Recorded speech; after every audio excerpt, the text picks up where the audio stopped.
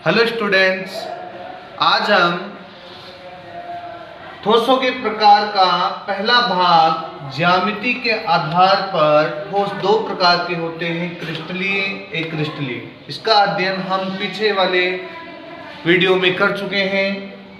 आज इसके दूसरे भाग अंतराण्विक आकर्षण बलों के आधार पर ठोस चार प्रकार के होते हैं: आणविक, आयनिक, धात्विक, सहसंयोजक या नेटवर्क ठोस।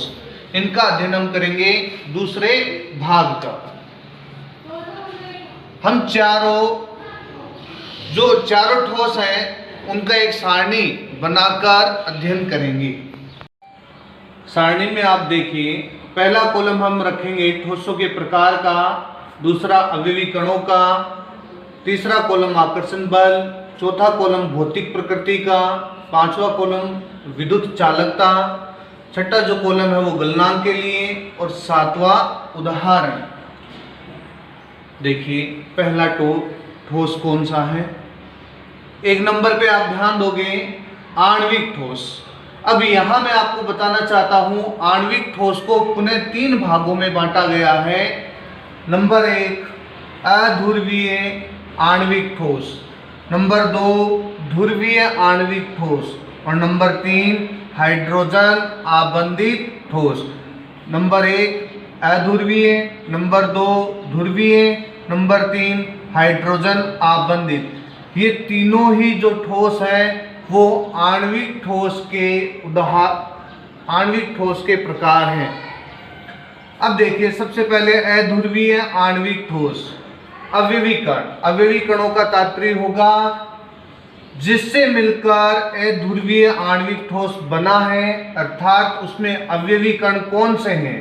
तो अध्रुवीय आणविक ठोस के जो कण हैं वो क्या हैं, अणु। और ये तो कोई दिक्कत ही नहीं है इसमें। अध्रुवीय, ध्रुवीय, हाइड्रोजन आबंधित, तीनों के लिए आप कह सकते हो, तीनों के लिए ही हम अवयवी कण क्या कहेंगे, अणु कहेंगे। क्योंकि आणविक का मतलब क्या होगा, अणुओं से मिलकर बना ठोस। अध्रुवीय आणविक ठोस में आकर्षण बल है, परिक्षेपण में लंदन बल।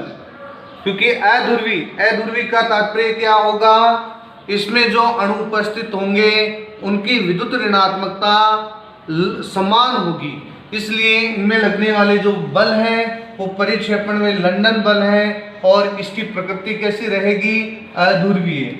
यहाँ आप एक बार उदाहरण में ध्यान दीजिए, H2, तो H और H दोनों की विद्युत ऋणात्मकता क्या है, समान है। जब इस बंध का विदलन होगा, ना इस पे प्लस ना इस पे माइनस, अर्थात इलेक्ट्रॉनों का समान रूप से वितरण होगा, तो हम ये कहेंगे ये अपना इलेक्ट्रॉन लेके गया और ये अपना इलेक्ट्रॉन लेके गया। इसी प्रकार I2 argon, CO2, CCl4, O2, N2।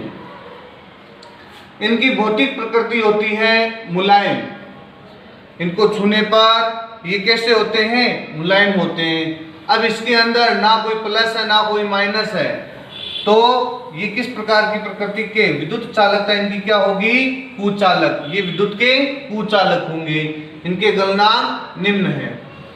अब आप यहां ध्यान दीजिए, ये प्रश्न पूछा गया है निम्न ताप पर, क्योंकि गलनांक के लिए कहा हमने, निम्न ताप पर हाइड्रोजन किस प्रकार का आणविक ठोस है, ये प्रश्न पूछा गया है।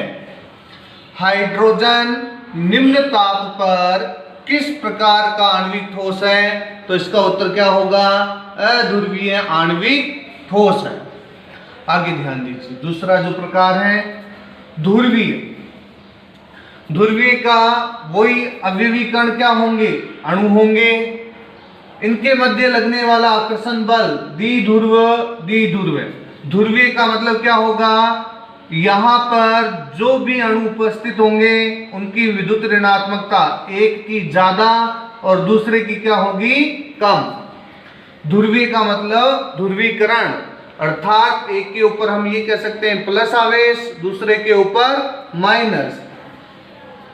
तो इनके मध्य लगने वाला आकर्षण बल द्विध्रुव, दो ध्रुव बने तो द्विध्रुव आकर्षण बल। प्रकृति इनकी मुलायम और ये विद्युत के क्या है, कुचालक है। लेकिन इसमें कुछ क्या है, कुछ विद्युत के चालक हैं। कैसे? जैसे HCl है, HCl का जलीय घोल बनाएंगे तो वो विद्युत का क्या करेगा, चालन करेगा।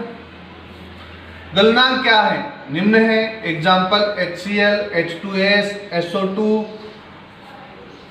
और CHCl3 क्लोरोफॉर्म।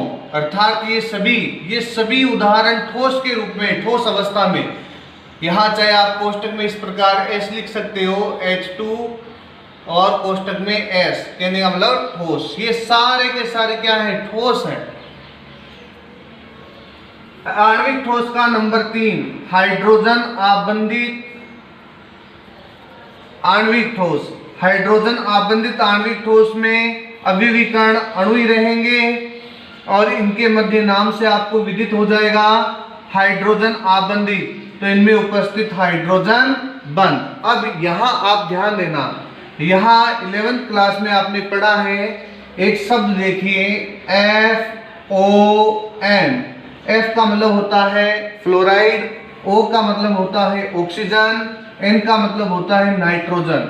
अगर ये तीनों परमाणु हाइड्रोजन के साथ बंध बनाए या हाइड्रोजन के साथ जुड़े हुए हो तो इनके अणुओं में कौन सा बंध उपस्थित हो जाएगा, इनके मध्य बनने वाला बंध होगा वो हाइड्रोजन बंध होगा।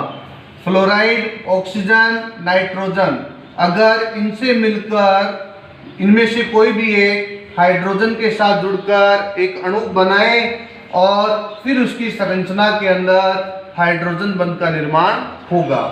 इनकी प्रकृति कैसी है, कठोर है और विद्युत के क्या हैं, कुचालक हैं। गलनांक इनका क्या रहेगा, निम्न। एग्जाम्पल बर्फ H2O, NH3 अमोनिया, एक हाइड्रोजन फ्लोराइड। एक बात आप यहां ध्यान दो, CO2 को ठोस या शुष्क बर्फ के नाम से जाना जाता है। शुष्क बर्फ के नाम से CO2 को जाना जाता है और यहाँ जो ये H2O लिया है ये बर्फ ठोस अवस्था में यानी कि बर्फ है। आगे देखिए आयनिक जो ठोस है उसका निर्माण आयनों से मिलकर हुआ है और आयन आपको पता है एक पर धनायन रहेगा और दूसरे परमाणु पर कैसा रहेगा, ऋणायन। एक धनायन और दूसरा ऋणायन। धनायन पर कैसा आवेश, प्लस, ऋणायन पे कैसा आवेश, माइनस। प्लस और माइनस आवेशों के मध्य लगने वाला बल या तो कूलॉम बल होगा या इसका नाम स्थिर वैद्युत आकर्षण बल होगा। तो इनके मध्य आकर्षण ये है और इनकी प्रकृति कठोर और भंगुर प्रकृति के होते हैं। तोड़ने पर छोटे छोटे टुकड़ों में विभाजित हो जाते हैं। और विशेष बात विद्युत चालकता में यहां से भी प्रश्न पूछा जाता है। आयनिक ठोस अवस्था में विद्युत के कुचालक, जबकि उनकी पिघली या गलित या जलीय विलयन में वो सुचालक होते हैं। क्यों?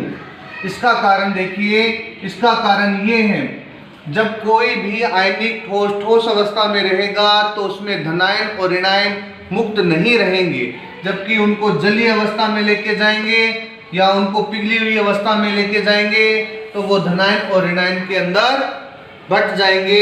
धनायन अलग होगा, ऋणायन अलग होगा, अर्थात इलेक्ट्रॉनों का वितरण असमान रूप से रहेगा, तो वो विद्युत के क्या हो जाएंगे, चालक हो जाएंगे। जैसे NaCl, ZnS, MgO। और इनके गलनांक क्या है, उच्च गलनांक। नंबर 3 पे आप ध्यान दीजिए, धात्विक। आगे ध्यान दीजिए धात्विक ठोस। धात्विक ठोस में अव्यवीकरण धातु धनायन या कर्नेल। कर्नेल का अर्थ देखिए क्या होगा।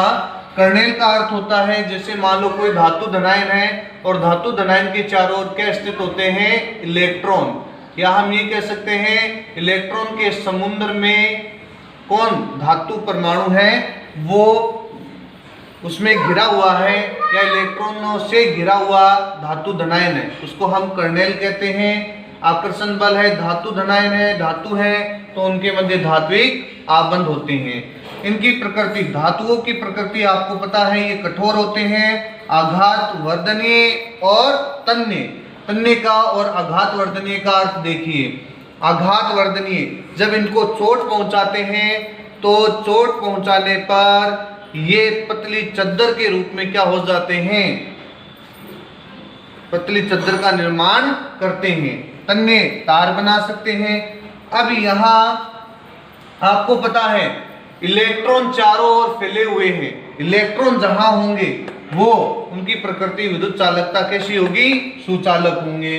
इनके गलनांक साधारण उच्च, जितनी भी धातुएं हैं जैसे Fe, कॉपर, आयरन और तांबा, जिंक, प्लेटिनम, चांदी, सोना, ये सब क्या है, इसके एग्जाम्पल हैं। आगे देखिए सहसंयोजक या नेटवर्क ठोस। सहसंयोजक या नेटवर्क ठोस का सहसंयोजक नाम से पता चलेगा, सहसंयोजक आबंध जिनमें उपस्थित होंगे उनको सहसंयोजक सहसंयोजक ठोस कहेंगे। सहसंयोजक ठोस में दूसरा नाम नेटवर्क ठोस, यानी जो परमाणु होते हैं वो एक के ऊपर या एक परमाणु से दूसरा परमाणु जुड़कर एक दृढ़ बड़ी श्रृंखला जाल के रूप में या एक बड़ी श्रृंखला बना लेते हैं, नेटवर्क बनाते हैं, इसलिए इनको नेटवर्क ठोस कहते हैं। अवयवीकरण है वो परमाणु है, सहसंयोजक आबंध है परमाणुओं में उपस्थित। भौतिक प्रकृति क्या है, कठोर। लेकिन यहाँ एक अपवाद ध्यान रखना, इसमें अपवाद कौन है, ग्रेफाइट है। और ग्रेफाइट कैसा है, मुलायम है, चिकना है। यहाँ इस वाले पोर्शन में ग्रेफाइट को अपवाद मान के चलना है। और यहाँ से प्रश्न आए कि ऐसे नेटवर्क या सहसंयोजक ठोस का उदाहरण बताइए या नाम बताइए जो मुलायम या चिकना होता है, ग्रेफाइट। इसी प्रकार आगे विद्युत चालकता, वैसे तो इस प्रकार के ठोसों के अंदर गुण कुचालक का होता है, लेकिन ग्रेफाइट कैसा होगा, विद्युत का सुचालक। क्योंकि ग्रेफाइट की संरचना होती है षटकोणीय परत, एक दूसरे पर व्यवस्थित होती है। एक दूसरे पर व्यवस्थित होने के कारण एक कार्बन की संयोजकता मुक्त रहती है और मुक्त संयोजकता के पास मुक्त इलेक्ट्रॉन होते हैं, जिससे ये विद्युत के सुचालक होते हैं। गलनांक है अति उच्च सहसंयोजक या नेटवर्क ठोस में। और एग्जाम्पल हीरा, ग्रेफाइट, सिलिकॉन कार्बाइड और SiO2, अर्थात ये किसकी इकाई है, इसको हम बोलते हैं क्वार्ट्ज।